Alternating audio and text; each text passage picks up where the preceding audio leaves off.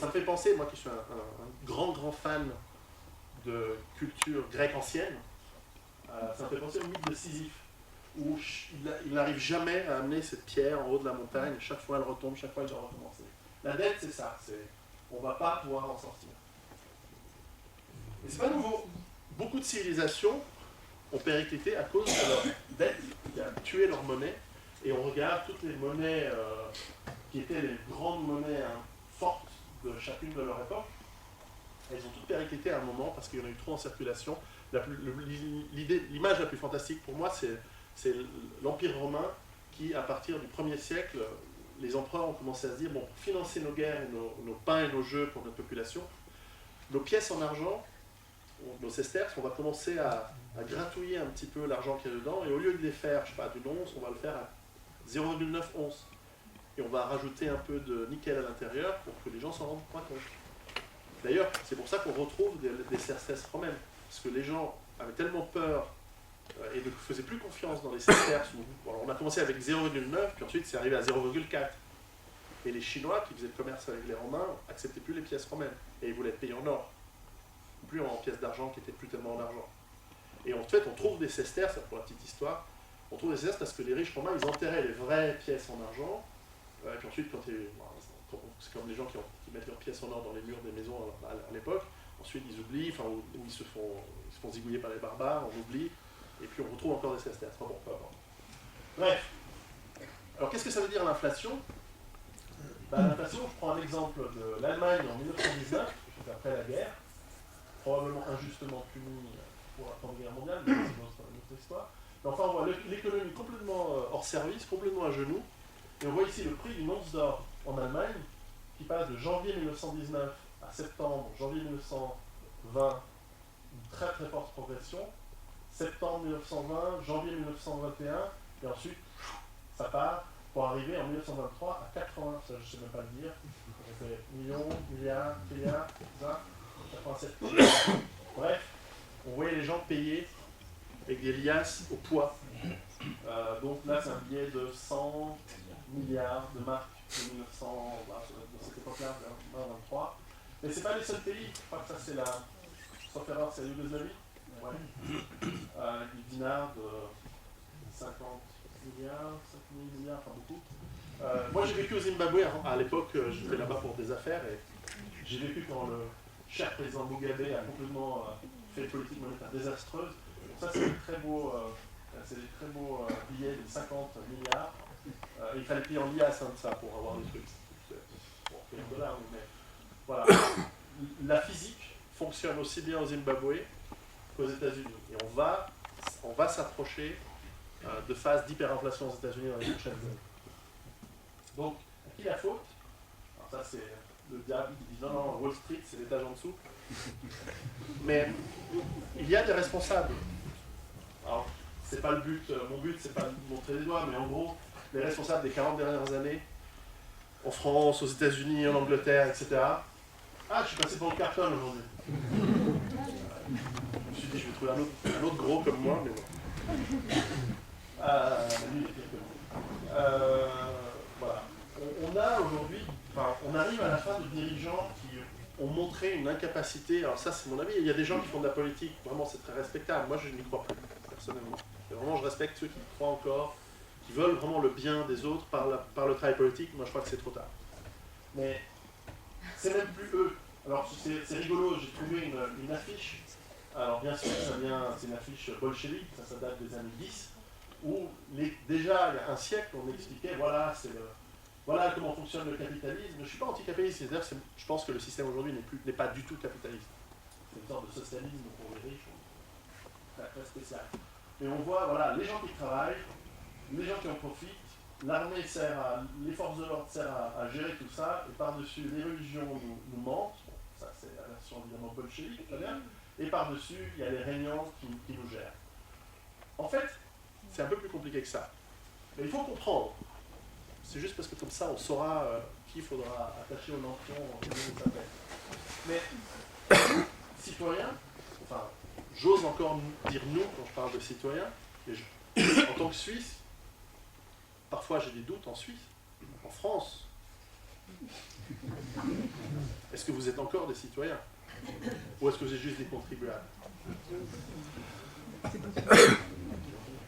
On en parlera aussi. Les citoyens, ils sont endettés, ils sont influencés par les médias, qui nous font gober ce qu'ils veulent. On va voir pourquoi. Les banques nous mettent sous pression par notamment la dette.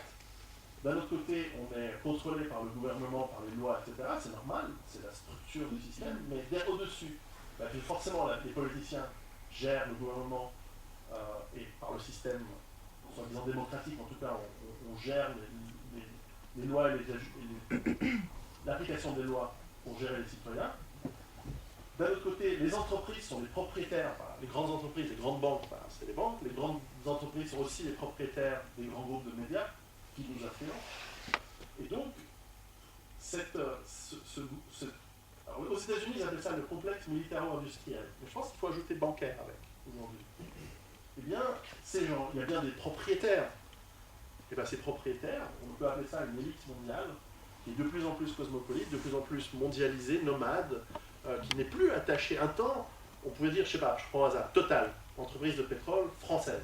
Mais non, elle a des actionnaires, c'est pas une entreprise française. Alors elle dit qu'elle est une entreprise française parce qu'elle a besoin d'avoir des subventions, qu'elle n'a pas envie de payer des impôts en France. Mais c'est une entreprise mondialisée. Je prends Total, comme j'aurais pu prendre Shell ou pour la Hollande ou d'autres, peu importe. Mais il faut bien comprendre que c'est comme ça que ça fonctionne. Alors, je fais simple, on pourrait faire un séminaire d'une journée là-dessus, mais il faut bien comprendre que nous sommes très très loin des commandes. Alors, aux États-Unis, c'est évident depuis longtemps que l'économie et la politique ont été complètement pris sous contrôle de groupes d'intérêt qui sont notamment militaro-industriels et bancaires.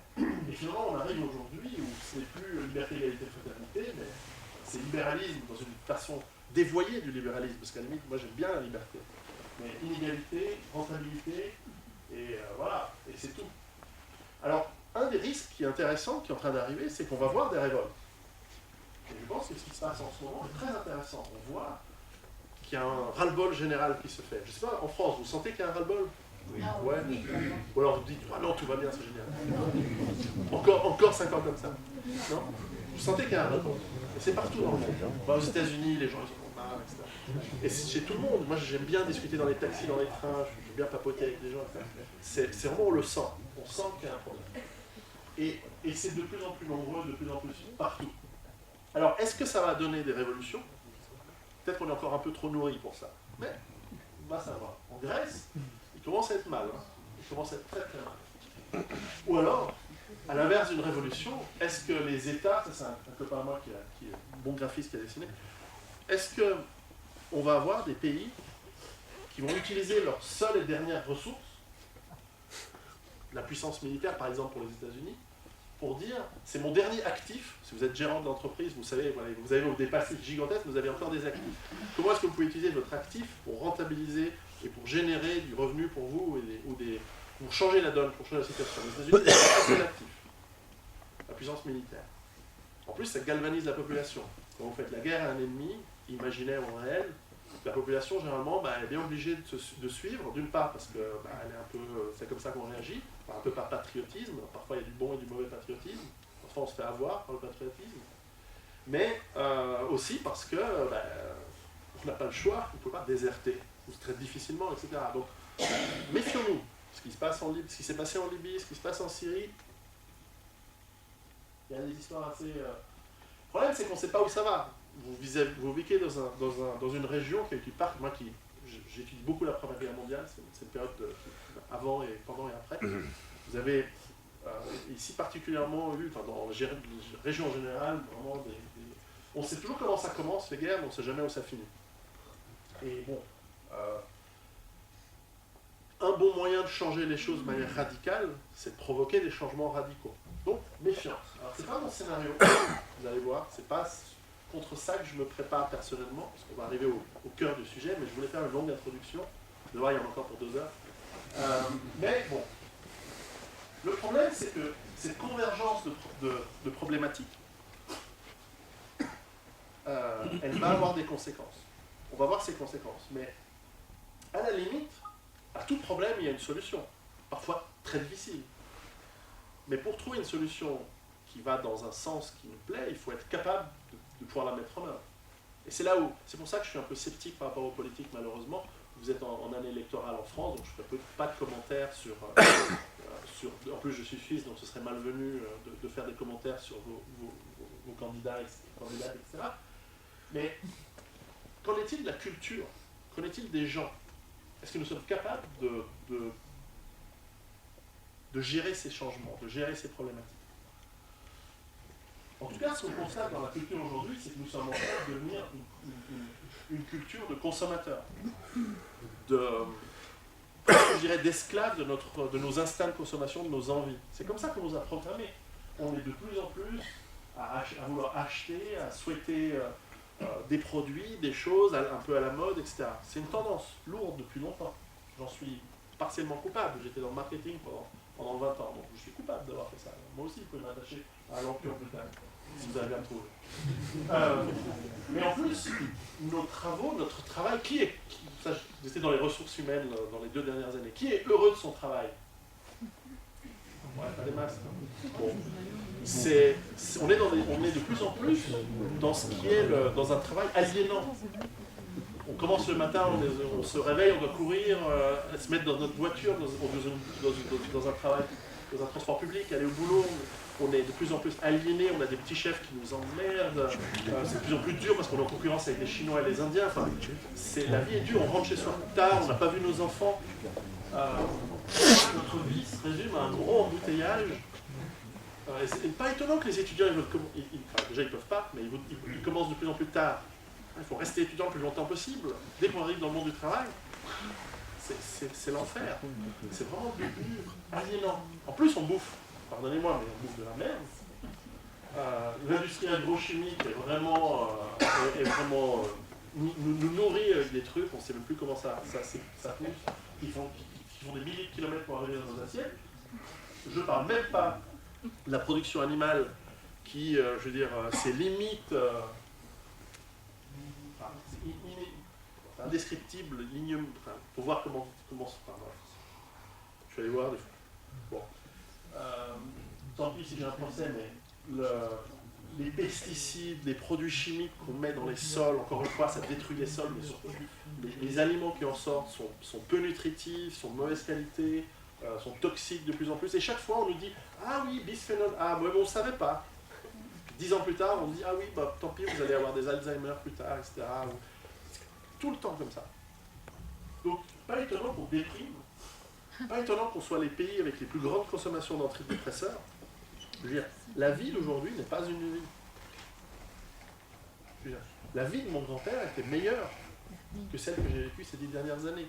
Alors j'avais de la chance, je gagnais bien ma vie, donc ça va, c'était depuis des voyages, machin, mais moralement, intellectuellement, spirituellement, c'est pas une vie.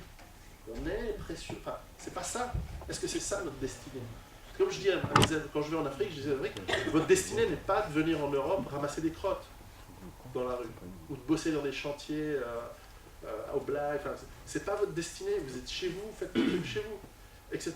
Et on a tous cette question qu'on doit se poser. Mais qu'est-ce qu'on fait? Donc, le problème, c'est qu'on déprime.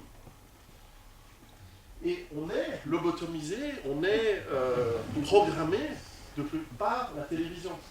Télévision qui, et ça revient à ce que je disais tout à l'heure, n'est plus malheureusement, télévision et médias en général, qui n'est plus faite par des journalistes avec un sens de l'intégrité, un sens de la fairness, comment dire en français, de l'équilibre de l'information, de vérifier les sources par exemple, des trucs de base.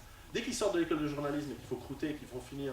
Alors soit ils restent intègres et ils finissent chômeurs et ils rament, ou alors ils arrivent à trouver le petit web, le truc, etc. Mais sinon c'est...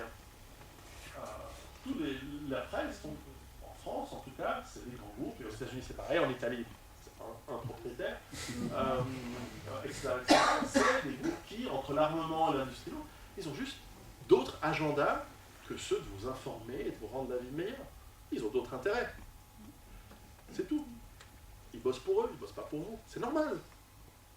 Mais c'est important de le comprendre.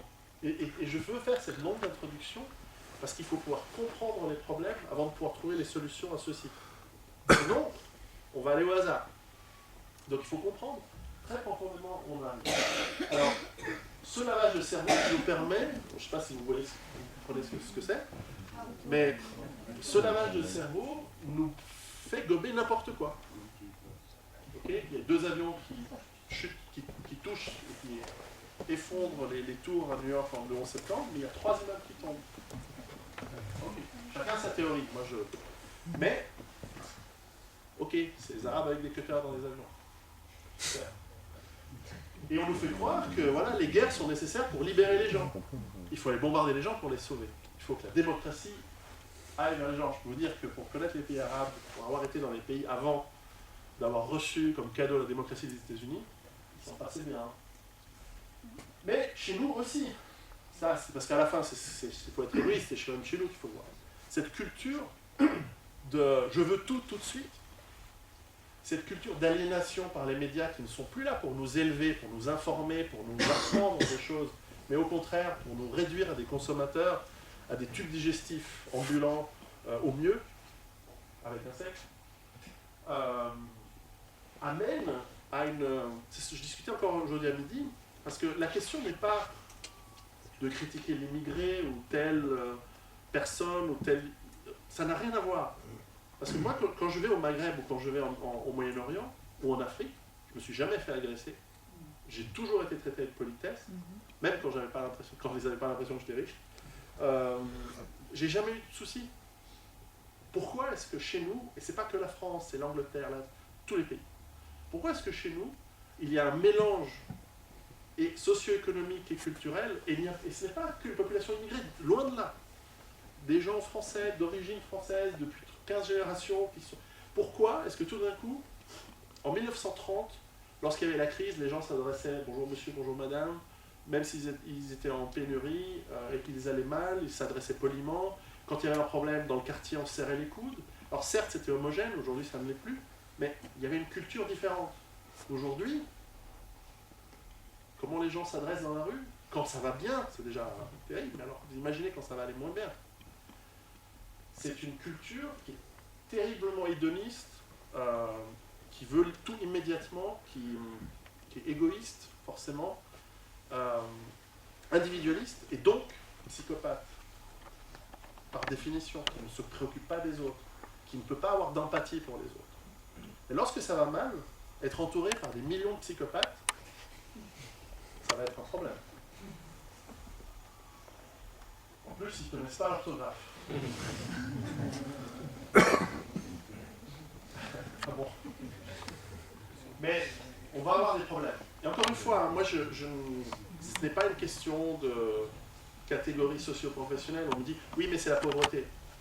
C'est faux, il y a des pauvres, des gens modestes, extrêmement polis, extrêmement travailleurs, extrêmement sains. Ce n'est pas une question socio-professionnelle. Alors on dit, ah, c'est culturel. Les gens, ils n'ont pas été intégrés et tout. C'est faux, l'immense majorité essaye et même a réussi à s'intégrer. Moi, je crois que c'est une question de volume. C'est tout d'un coup, quand il y a 1% de la population, chaque année peut-être, ou chaque 10 ans, qui arrive supplémentaire, on l'intègre très bien, ça se passe très bien, ça s'est toujours passé très bien, et puis tout d'un coup, dans les 20 dernières années, ça a dérapé. Et partout, encore une fois, c'est pas que la France, c'est la Suisse, l'Espagne, l'Italie, en proportions différentes, avec des cultures différentes. Il y a des cultures qui sont... En Suisse, on est très content d'avoir on a eu une immigration très forte du Portugal. Incroyable, comme les Portugais et les Suisses, ils ont des atomes crochus. Impressionnant. Ça fonctionne très bien. Les Sri Lankais aussi, ils sont arrivés en Suisse, extraordinaire. Les Albanais, moins bien. Voilà, il y a des cultures qui fonctionnent, d'autres qui ne fonctionnent pas, etc. Alors, c'est un peu général, donc évidemment, je me trompe quand je prends une généralisation. Mais enfin, c'est aussi des éléments importants à comprendre. Parce que ça va avoir un impact. C'est pas juste... je veux dire, les Albanais, ils n'ont rien fait. Aucun Albanais n'a rien fait, donc c'est un problème. Mais plus intéressant, c'est que je pense qu'on est en train de nous mettre les uns contre les autres. On est en train de nous mettre le doigt en disant « Ah, voilà, telle communauté, ils sont pas bien, ils s'intègrent pas. Telle communauté, elle est raciste, elle n'aime pas les immigrés, machin, tout ça. » Encore une fois, c'est les médias qui nous disent, tout d'un coup, c'était l'exemple du quick halal extraordinaire. Parce qu'on nous dit « Scandale ! Il y a 20 quicks en France, dans un quartier à majorité musulmane, bon, c'est comme ça, c'est un fait, qui ont préféré, pour des raisons en fait, commerciales, faire de la cuisine halal. Par parenthèse, le mouton halal est super bon. Mais bon, le problème, est-ce que c'est des quicks qui font une bouffe halal, ou est-ce que c'est... Pourquoi est-ce qu'on bouffe des hamburgers? Et donc, j'ai trouvé cette association Égalité et Réconciliation, bonjour au monde, qui disent stop à l'islamisation de notre américanisation. Mais c'est intéressant, mais ça fait réfléchir. De simplement pas être primaire. Juste dire peut-être un peu plus compliqué. Qui est le vrai ennemi? Est-ce que c'est le consumérisme? Et ça ne veut pas dire qu'il n'y a pas de problème. Mais il faut bien les identifier, être bien identifiés. Et je viens en Suisse, j'ai voté pour les minarets, j'ai voté pour l'expulsion des étrangers criminels, etc. Parce qu'on vote en Suisse pour toutes les lois. Ça c'est bien. Pour la démocratie encore, direct, pour l'instant. Mais voilà, donc c'est intéressant de voir les choses un peu. Alors évidemment, ensuite, quand on met les uns contre les autres, on peut manipuler les gens. Et moi, je trouve formidable, alors, il y a de nouveau notre ami pakistanais qui est en Angleterre, où ils disent, alors, quand il y a des gens qui disent mort à ceux qui disent que l'islam n'est pas une religion de paix, en fait, ce qu'il faut se rendre compte, c'est que c'est facile de trouver des gens un peu imbéciles et de leur faire dire n'importe quoi. Mais le but ultime, c'est qu'on soit tous les uns contre les autres. Et donc, comment est-ce qu'on va réagir culturellement quand ces crises vont arriver? Beaucoup plus mal que dans les années 30, lorsqu'il y a eu la dernière grande crise. C'est ça que voilà, c'est là où je veux en venir. Alors, évidemment, il y en a qui nous servent des exemples sur un plateau, qui tendent le bâton pour se faire battre. Ça, c'est en Angleterre, où ils ont des problèmes aussi là aussi.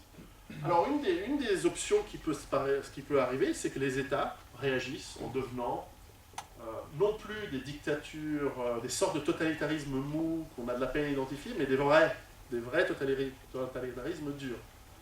Et ça, on ne sait pas d'où ça peut venir, mais ça peut venir n'importe qui. Ou alors, on va nous mettre ça sous forme avec des fleurs en disant c'est génial, maintenant on a un nouveau système économique. Et vous savez, aujourd'hui dans le monde, on ne regarde pas les États-Unis, on ne regarde pas l'Europe comme exemple de gouvernement, comme exemple de système. Les gens regardent la Chine. Les gens disent mais en Chine ça marche. C'est pas des demi-fiottes comme chez vous en Europe ou des mecs complètement à la loose aux États-Unis. Nous, on va suivre le modèle chinois.